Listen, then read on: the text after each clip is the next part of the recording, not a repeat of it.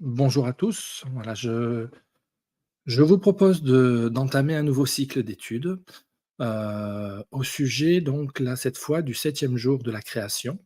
Alors l'étude, va se dérouler en plusieurs parties, avec une première partie qui visera à comprendre au niveau du livre de la Genèse, à partir du début du chapitre 2.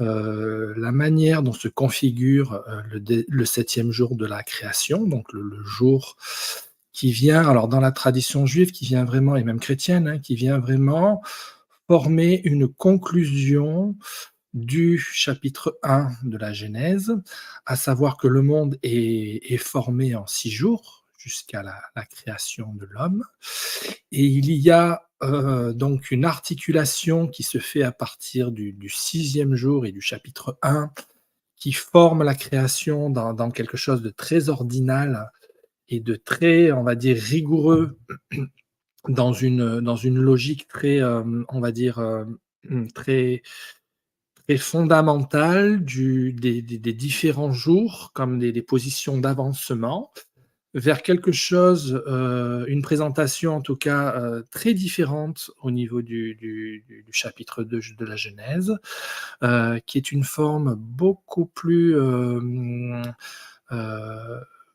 beaucoup plus libre et beaucoup plus, on va dire, contée, hein, c'est-à-dire une forme narrative moins brute, moins ordonnée, mais qui renferme quand même, hein, une logique profonde, et qui vient en résonance en fait avec, ce chapitre 1.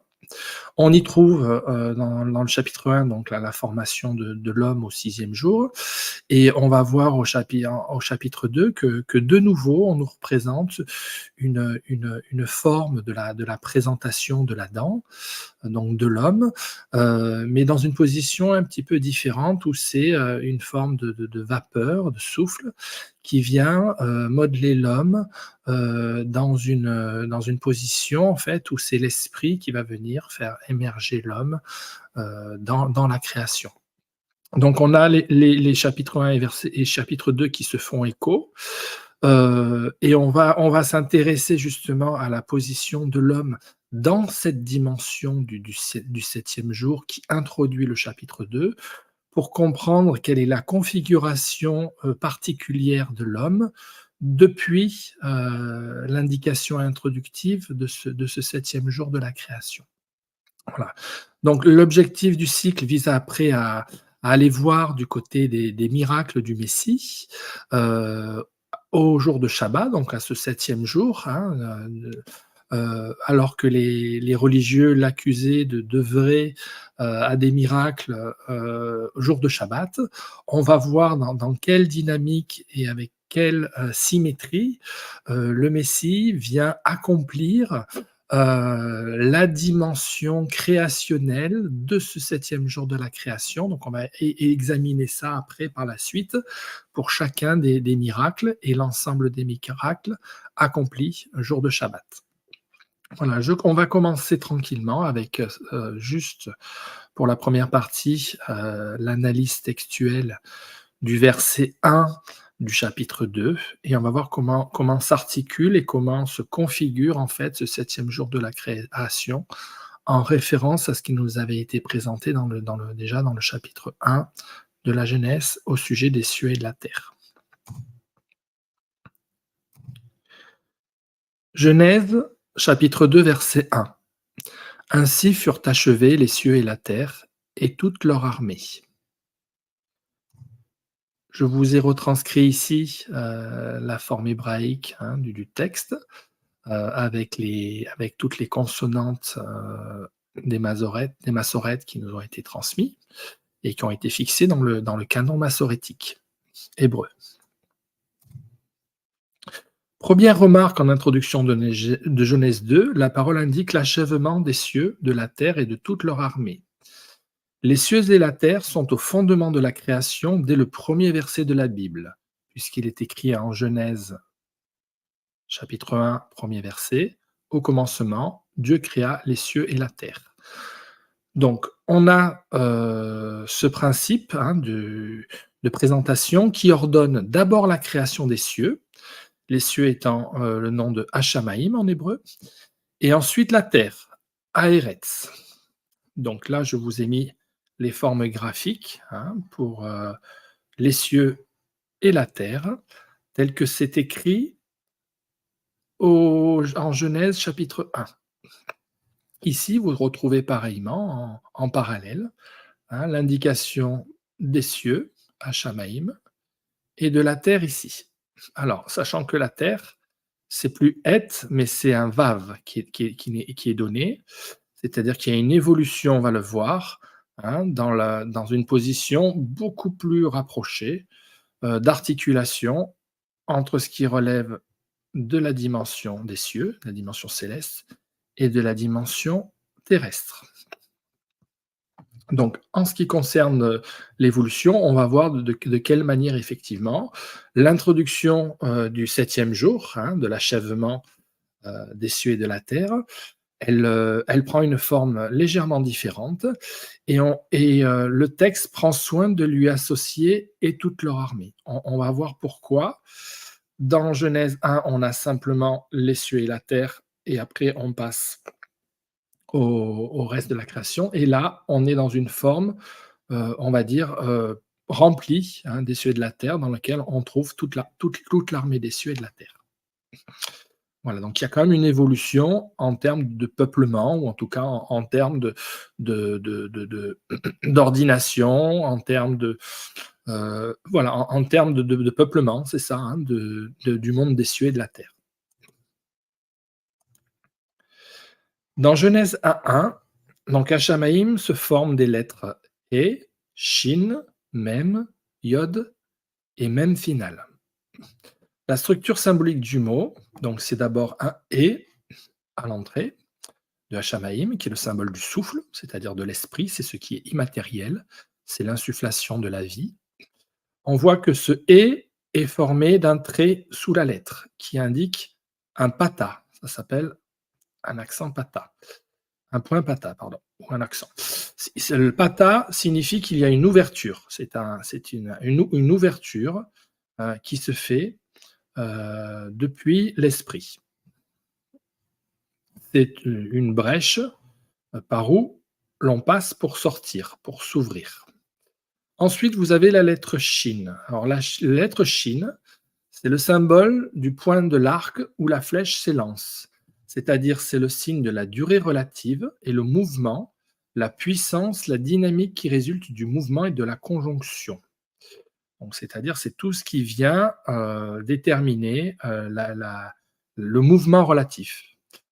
Et sous cette lettre Shin, hein, qui est pointée Shin ici pour la prononciation du che, vous avez déjà un dagesh au milieu, un point dagesh, et vous avez sous ce point-là, sous cette lettre-là, un kamatz. Donc le kamatz désigne une compression, un resserrement, ce qui serre. Et le dagesh, au milieu de la lettre, désigne un redoublement de la lettre. Au niveau de la lettre suivante, la lettre Mem, donc la lettre Mem, c'est le symbole de la femme, de la mère, de la compagne de l'homme, de tout ce qui est féminin, passif et formateur. C'est l'eau matricielle, c'est-à-dire c'est tout ce qui est souple et vient former une puissance formatrice depuis la matière qu'il constitue. Donc sous ce Mem, vous avez pareillement que sous le et, en écho du et, ce qu'on appelle ici un pata, c'est-à-dire une ouverture, et vous avez un accent para ou tifa. Donc on voit l'accent là qui part et qui se dirige vers la droite, donc vers l'est.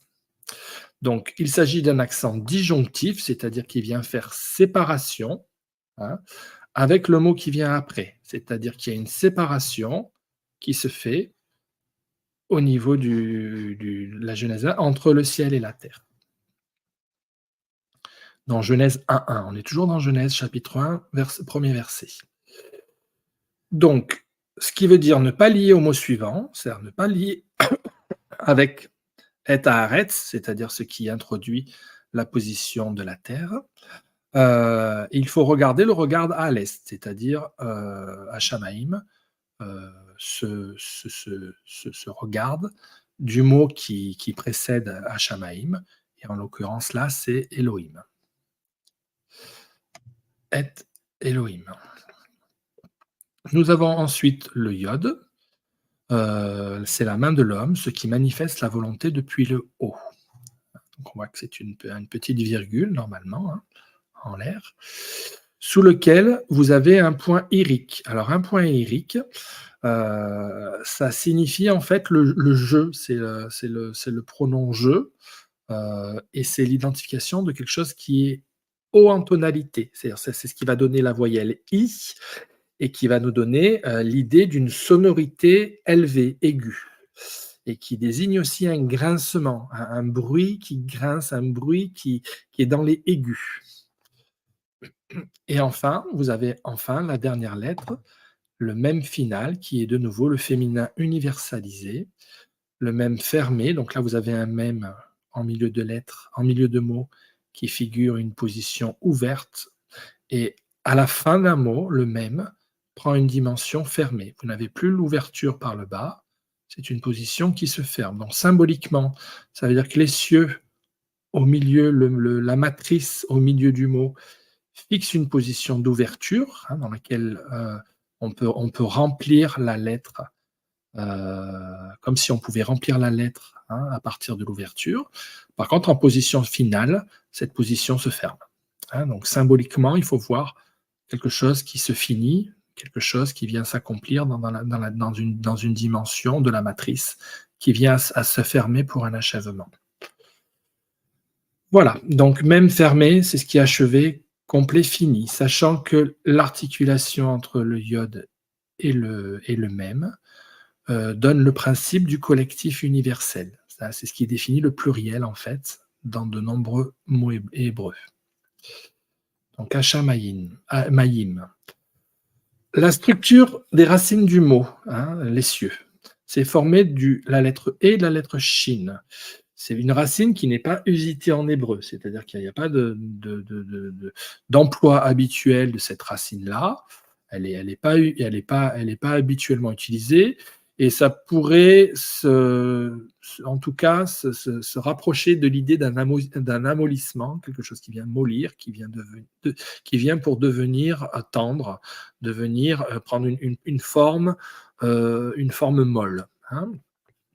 Donc, comme la racine n'est pas usitée, on va prendre la lettre directement dans son sens premier, c'est-à-dire l'idée de l'introduction du souffle au niveau des cieux, et on va repartir directement sur la lettre Shin, puisque l'hébreu indique de ne pas considérer la racine et Shin. Donc, on prend juste le souffle, et on repart sur le Shin, que l'on va pouvoir déjà associer avec le point dagesh. Alors, point dagesh veut dire redoublement, c'est-à-dire que la lettre, vous allez pouvoir la doubler. Donc, la racine shin, à partir du dagesh au milieu, le point milieu, détermine toute idée de proportion, de mesure, d'harmonie. C'est aussi shin, ce qui donne le chiffre 6 au niveau hébraïque.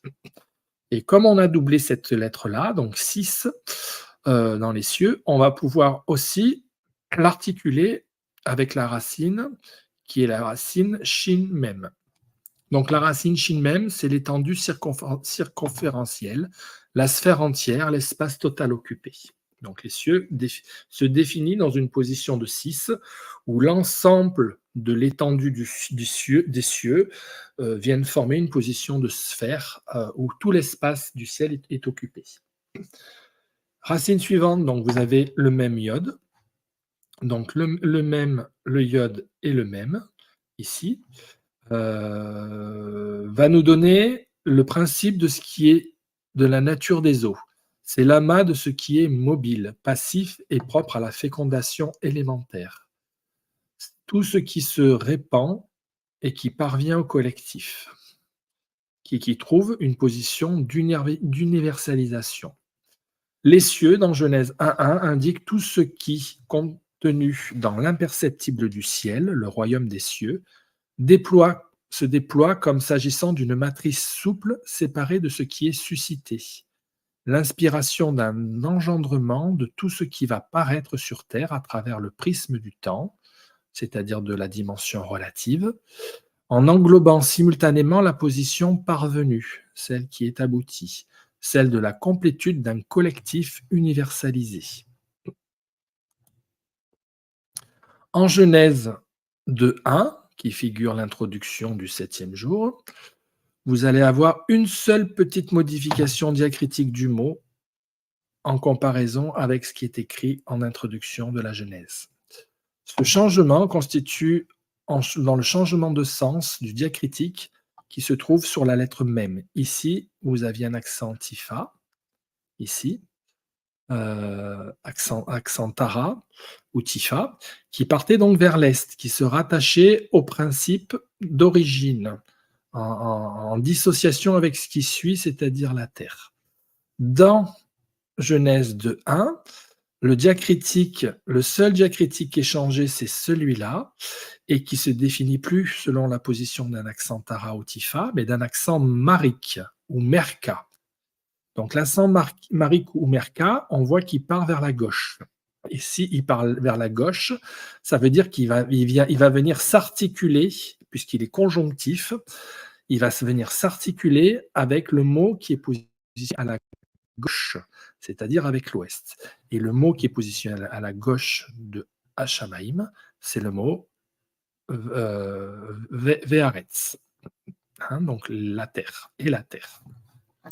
Donc on voit que ce qui est nouveau, c'est que l'aspect disjonctif, dissociatif entre les cieux et la terre, trouve une nouvelle position en Genèse 2.1, d'une conjonction, c'est-à-dire d'une association entre la position de ce qui est indiqué au niveau des cieux et de la terre. C'est-à-dire vous avez une articulation qui vient se faire dans une conjonction. Cette idée-là du marik est renforcée par le mot Ve'aretz, puisqu'on a le vav conjonctif ici, qui vient confirmer cette position de conjonction depuis l'accent marik et merka, qui est la nouveauté de position par rapport, en comparaison avec les cieux en Genèse 1.1. Les cieux de Genèse 2.1 indiquent tout ce qui est contenu dans l'imperceptible du ciel, le royaume des cieux, se déploie comme s'agissant d'une matrice souple liée à ce qui devient généré. L'expiration d'un engendrement de tout ce qui paraît sur la terre à travers le prisme du temps, de ce qui est relatif, et englobant simultanément la position achevée, celle de la complétude d'un collectif universalisé. Donc on a une position d'articulation qui se fait dans la forme de ce qui est généré depuis les lieux célestes. Concernant le mot Aeretz, en Genèse 1.1, structure symbolique du mot. Donc vous avez l'indication de la lettre E qui désigne le souffle, ce qui est immatériel et agit depuis le ciel, avec sous la lettre la position d'un kamatz. Alors un kamatz, ça forme un T comme une potence ici, et ça signifie une compression, ce qui est serré, pour comprimer. Vous avez ensuite le Aleph avec ce qui désigne le potentiel de l'être, la puissance, la stabilité, la continuité unitaire, tout le potentiel de l'être et de l'être absolu, et qui agit dans le niveau des cieux et de la terre, puisque vous avez une liaison par la diagonale d'une forme d'un iode qui vient se lier à la diagonale du ciel et qui vient se relier de manière en symétrie ici, depuis cette diagonale vers la terre. Donc on a le potentiel réalisé entre le ciel et la terre et qui s'articule entre les deux dans la lettre Aleph. Voilà. Donc, dans cette position-là, vous avez sous la lettre Aleph un kamatz et un méteg. Alors le kamatz définit toujours le principe d'une compression. Et avec le méteg, ça se prononce un kamatz katan. Alors le kamatz katan va déterminer donc un point de compression de la lettre dans le prononcé qui marque ici une rupture, c'est-à-dire que le méteg, c'est une position disjonctive, c'est un point disjonctif qui fait partie donc des empereurs, hein, au niveau des positions disjonctives. C'est-à-dire qu'il faut absolument marquer une rupture ici sous le Aéretz. C'est-à-dire que vous allez bien marquer la rupture entre le A et le Eretz. Vous formez du coup, deux voyelles, qui va être ici avec le kamatz, le A, sous le E, A.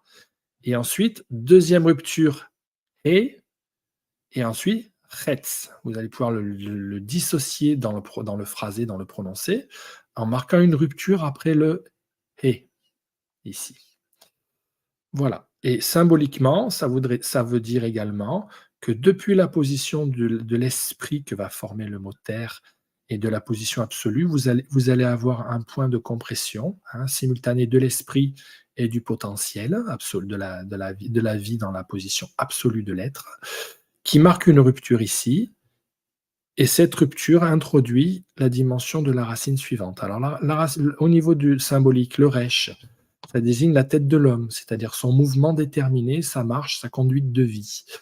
Sous ce resh-là, vous avez ce qu'on appelle un point ségol, qui désigne une grappe, comme une grappe de raisin, donc qui désigne l'idée d'une multitude, d'un regroupement de plusieurs parts associées. Hein, c'est-à-dire que vous allez avoir des objets communs qui vont former quelque chose d'aggloméré, hein, comme un point qui vient indiquer que les choses viennent s'unir pour former un tout depuis plusieurs parts. Voilà. Et vous avez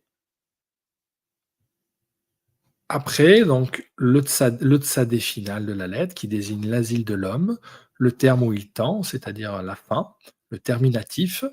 Il désigne toute idée de scission, de solution, de but, le terme ou le mouvement attendu. Et à la fin, vous avez deux points, hein, ici, qui désignent un sof pasouk, fin de verset, achèvement, rupture. Donc la structure racine du mot, c'est Ehalef. Ehalef, c'est toute existence évidente, démontrée, déterminée. Ensuite, vous avez le Resh et le Tzadé final, qui forment un mouvement caractérisé par la vibration, le recommencement qui recommence et qui finit de manière ondulatoire et qui se propage en se divisant, un mouvement traînant et pénible. Donc on trouve une position vibratoire telle que cela est introduit également, hein, qui introduit la position de l'Esprit de Dieu qui plane et qui vibre au-dessus de la surface des eaux dans les versets qui suivent. Donc cette idée-là est bien introduite par la racine de la terre, de la terminaison, la racine terminale de la terre, cette position vibratoire. Voilà. Donc la terre en Genèse 1.1 résulte d'une compression de l'immatériel qui vient produire par le jeu déterminé d'une stabilité en même temps qu'une rupture, selon un mouvement vibratoire qui se propage jusqu'à un niveau de plus en plus traînant vers un état terminatif qui se rassemble en grappes. Dans Genèse 2.1, vous avez le même mot Aeretz, mais avec le vav conjonctif, on l'a vu tout à l'heure, qui vient faire un lien de connexion avec le mot qui précède, c'est-à-dire les cieux. Donc, Ve'aeretz, vous avez d'abord le vav, qui est le signe du clou, et qui détermine le lien conjonctif de deux choses pouvant avoir des natures différentes. Et sous le vav, ici, vous avez deux points qui déterminent d'un point sheva. Sheva étant la valeur de 7 en hébreu et qui désigne la complétude, ce qui est complet. Il y a une position différenciée marquée sous le aleph, puisque au niveau du aleph ici, au niveau du Genèse 1.1, vous aviez un kamatz et un méteg. Ici, il n'est plus question de rupture au niveau du chapitre 2. Vous avez, à partir du aleph de la terre en Genèse 2.2, un accent tara ou tifa, qui s'appelle aussi di. qui désigne un effort, hein. La traduction, c'est un effort. C'est disjonctif, c'est-à-dire que ça vient créer une coupure dans le phrasé, qui veut dire qu'on ne doit pas lier le mot Ve'eretz au mot suivant. C'est-à-dire que la terre ici ne doit pas se connecter avec toutes leur armée, hein, avec ce qui va c'est la proposition suivante. C'est-à-dire que vous allez associer les cieux et la terre, vous n'allez pas la raccorder à toutes leurs armées, vous allez seulement la connecter à ce qui est induit des cieux. Donc, portez le regard vers l'est, donc vers la droite, vers le mot qui précède, c'est-à-dire les cieux. La terre est associée à un état d'une position retournée vers les cieux et non vers la fin. Le mouvement de propagation vibratoire reste quant à lui tourné vers l'état terminatif qui succède et qui concerne et toutes leurs armées. C'est-à-dire que la position de rupture se fait au niveau du Aleph. Toute la partie de la Terre qui précède cette rupture, vous allez pouvoir l'associer au niveau de la Terre aux cieux. Et toute la partie qui suit cet accent-là, vous allez pouvoir la déterminer comme un point d'association par rapport à leur armée. C'est-à-dire que tout ce qui suit dans la composition d'un regroupement vers la fin peut être mis en association avec la suite de la proposition de la phrase et toute leur armée.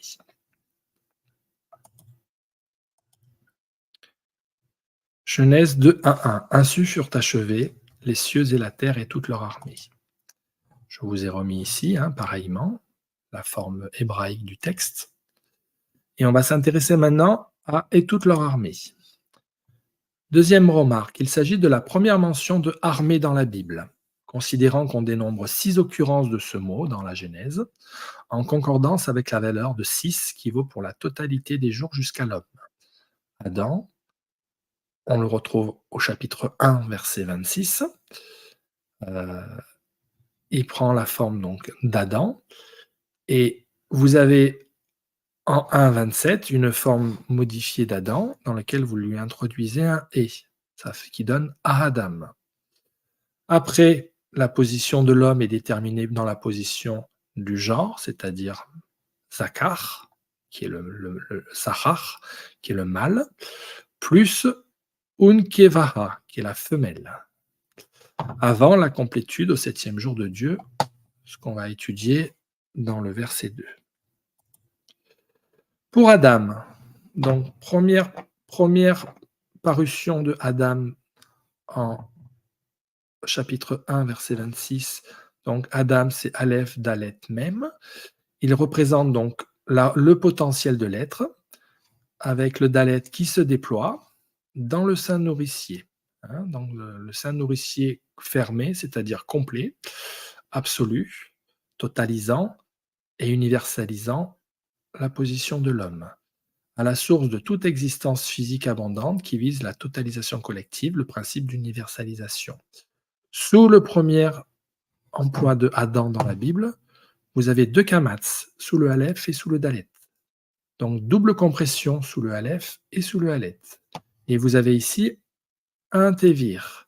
Tevir qui veut dire briser, au terme de la vie physique abondante avant l'universalisation. Vous avez déjà la position d'une brisure qui se fait dans Adam vers une position de brisure qui tend à l'universalisation. Dans la deuxième forme trouvée dans la Bible d'Adam, donc qui est le verset suivant dans la Genèse 1, au verset 27, vous avez Adam. À ce moment, Adam devient l'expression du souffle et introduisant la dent, c'est-à-dire celle de l'esprit. Souffle ici sur lequel on retrouve un point kamatz, c'est-à-dire une valeur de compression, ce qui comprime, pour entrer dans l'homme, et qui se définit immédiatement en rupture, avec le méteg ici, qui marque la rupture, une rupture totale, une rupture prioritaire, qu'on appelle sof pasuk, c'est-à-dire c'est les empereurs de rupture, c'est-à-dire qui sont au-dessus des rois. Donc une rupture absolue et à considérer de manière prioritaire. Donc, qui désigne même une fin de verset, en fait, hein. C'est-à-dire que c'est ce qui, même si on n'est pas à la fin du verset, ça veut dire fin de verset, en fait. Là, vous coupez absolument le et. C'est-à-dire que la position de l'esprit est coupée ici. Vous devez complètement la dissocier de la position qui suit de la dent. Mais elle introduit quand même la valeur de la dent dans la position de l'esprit. Vous coupez, mais vous la rattachez au mot quand même, hein, à la position de la dent.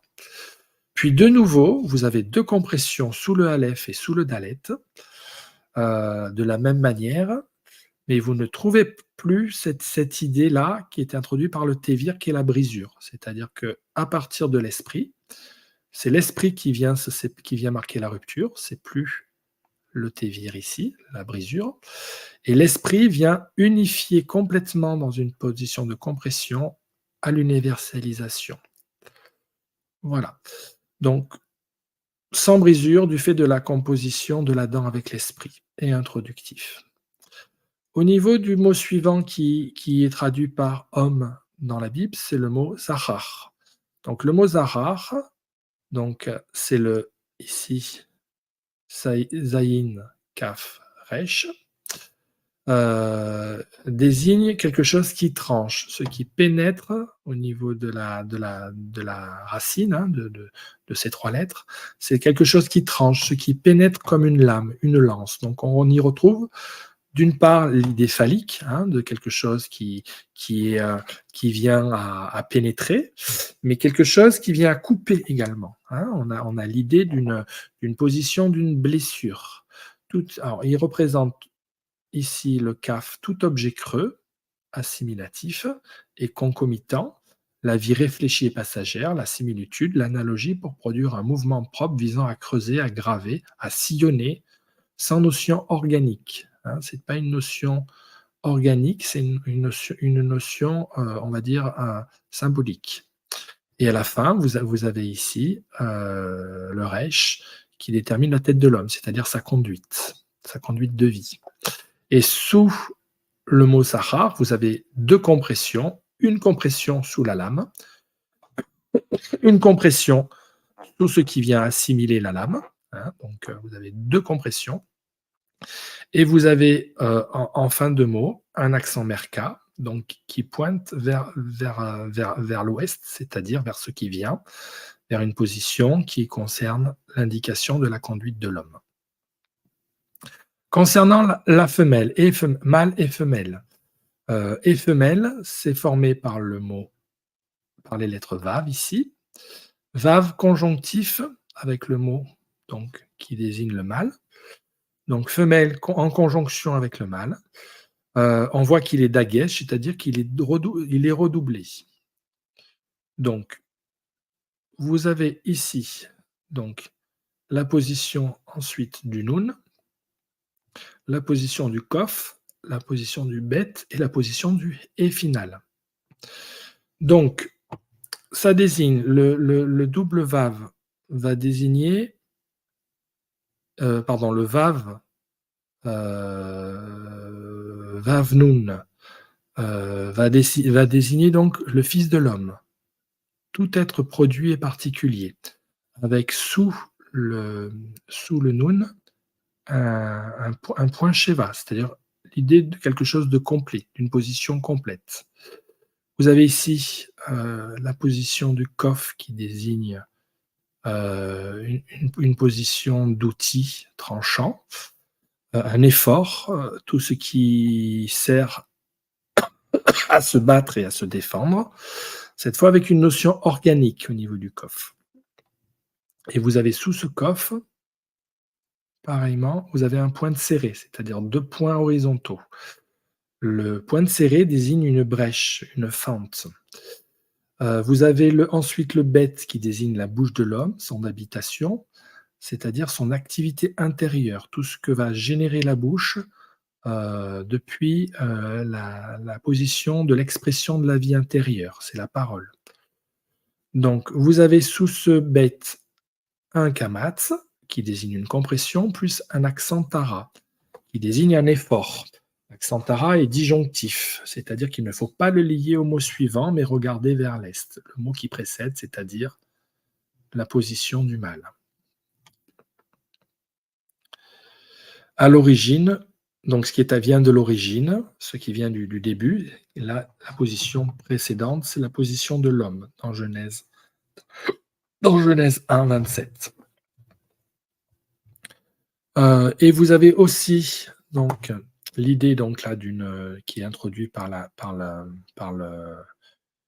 le Tara, d'une séparation de l'esprit. C'est-à-dire que ce qui vient définir la position de la femelle, c'est une position de l'esprit qui est séparée. Comme on a pu voir la position de l'esprit au niveau de Ha'adam se trouvait être en rupture par rapport à l'Adam. Donc vous avez une position de l'esprit qui vient en séparation, hein, qui se lie en séparation et qui se dissocie du principe même de la femme, mais pour tenir quand même une valeur à l'intérieur du mot en position finale. La position du souffle dans le corps du mot, mais en distinction comme à part.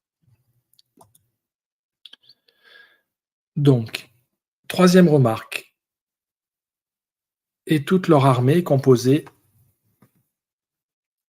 est un mot composé qui s'introduit par vav ici, hein, on le voit bien, en conjonction avec le mot terre ici.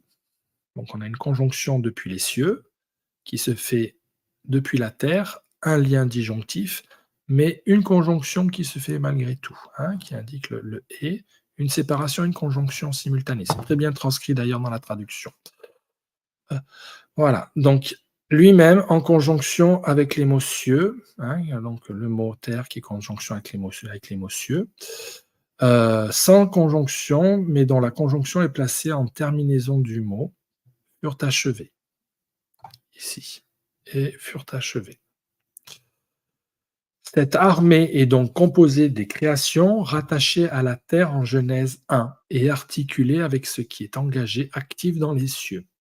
Ce n'est pas qu'une armée d'anges qui serait exclusivement céleste. Il s'agit d'une armée composée de la position des cieux associée à la terre pour former toute leur armée. C'est-à-dire qu'on n'a pas une armée céleste, ici on a bien une armée de la terre, issue de la terre, qui lui-même est en connexion et rattaché à la position céleste, qui est même rattaché à une position qui est en lien avec l'idée d'un achèvement qui se fait en introduction.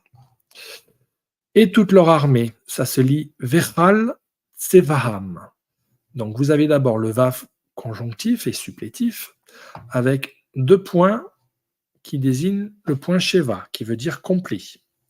Vous avez le Kaf, ici, contenant, réceptacle, qui se trouve comprimé par le Kamatz. Vous avez ensuite la lettre Lamed, qui désigne le bras de l'homme qui se déploie. L'action de l'homme pour son extension et sa possession. Mot articulé, donc avec un trait de liaison, avec un tsadé, qui désigne l'asile de l'homme, le terme où il tend. Avec dessous, un point Sheva, ce qui est complet. Vous avez le Bet, bouche de l'homme, l'habitation, l'activité intérieure qui se trouve comprimée par l'indication du Kamatz. Vous avez ensuite la position donc de l'Aleph, qui désigne l'existence parfaite, la vie absolue, le potentiel de l'être, qui se trouve également comprimé. Comprimé, puis un Méteg qui désigne une rupture totale, absolue. Une rupture avec le même, qui est le principe fécond, formateur, passif, collectif, l'eau matricielle, l'universalisation finale. Donc la racine Kaf Lamed ici. Kaf Lamed, donc le lien d'association du Kaf Lamed, nous donne toute idée d'appréhension, de saisissement, de consommation, de totalisation, d'achèvement. Et la racine ensuite Sadé Bet nous donne toute idée de foule, ce qui s'élève, enfle et s'oppose, ce qui sert de digue, se déploie selon une règle fixe. Au sens figuré, c'est une armée, la discipline, un mouvement réglé. Plus, Aleph même, à la fin, toute idée de causalité passive et conditionnelle, de force plastique, de faculté formatrice, de maternité. Donc on retrouve bien dans le mot de Sevaham, hein, à travers la racine, l'idée d'une position, donc d'une armée, mais plus dans la forme d'une discipline qui vient à réglementer la position de quelque chose qui vient d'être saisi et achevé. C'est comme si les choses venaient à se structurer et à s'ordonner dans une position de déploiement final. Voilà quelle est l'idée. Et on va, à partir de cette organisation et ce déploiement final, parvenir à une position formatrice, une position universelle et plastique, souple, quelque chose qui vient universaliser le principe des armées. Voilà, je continue. Et ainsi furent achevés les cieux et la terre et toute leur armée. Je vous ai remis le texte de nouveau. Et ainsi furent achevés. On va voir maintenant le mot en introduction. Oh, pardon. Le nombre d'occurrences de armée, on dénomme 6 emplois de achevé dans la Genèse. Et il s'agit ici de la première apparition de ce mot. Le mot achevé en hébreu, c'est veyachelu, qui se traduirait par épouver, et aurait pu, et pourrait, et puisse. Il est formé du vav conjonctif et supplétif, avec sous le vav un trait qui figure un accent pata, donc une ouverture. Sous le yod, la lettre yod, donc vous avez un sheva, qui désigne quelque chose, la complétude. Sous le kaf, vous avez ce qu'on appelle, donc c'est le creux de la main, tout réceptacle propre à recevoir. Un kibbutz qui désigne un ensemble, quelque chose qui est assemblé en élévation, hein, ces 3 points qui montrent quelque chose qui est crescendo et dans quelque chose qui s'assemble vers le haut.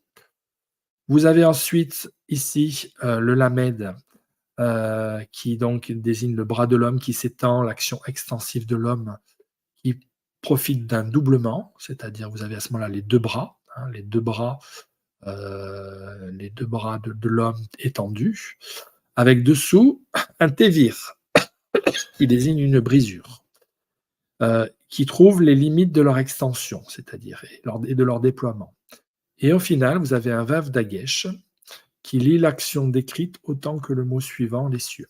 C'est-à-dire que là, il va doubler l'action, hein, des 2 bras qui viennent briser en brisure, qui viennent dans cette position progressive donc de l'assimilation de la vie, la position complète de la main tendue du ciel et de la position ouverte de la conjonction, du coup, hein, de ce qui vient faire conjonction avec ce qui précède, c'est-à-dire ce qui a été énoncé en Genèse 1, chapitre 1. Ce qui est achevé de l'ensemble du chapitre 1 de la Genèse, c'est la manifestation complète de la vie réfléchie entre les cieux et la terre, entre les soirs et les matins, entre la mer et le ciel, entre les jours et les nuits, entre l'astre du jour et les astres de la nuit, entre ce qui s'enracine et ce qui se meut sur la terre, entre ce qui nage et ce qui vole, entre ce qui rampe et ce qui se dresse, entre les animaux et l'homme, entre l'homme et la femme, jusqu'au point d'aboutissement de la création où l'ensemble de l'étendue des 2 bras de l'homme est brisé, comme les 2 mains percées du Messie pour tenir l'extension maximum dans la limite du moment de sa mort, et qui s'ouvre à toute la création. Voilà, je vous remercie pour cette étude, votre écoute de cette étude, et on se retrouve très rapidement pour la suite avec l'analyse du verset 2.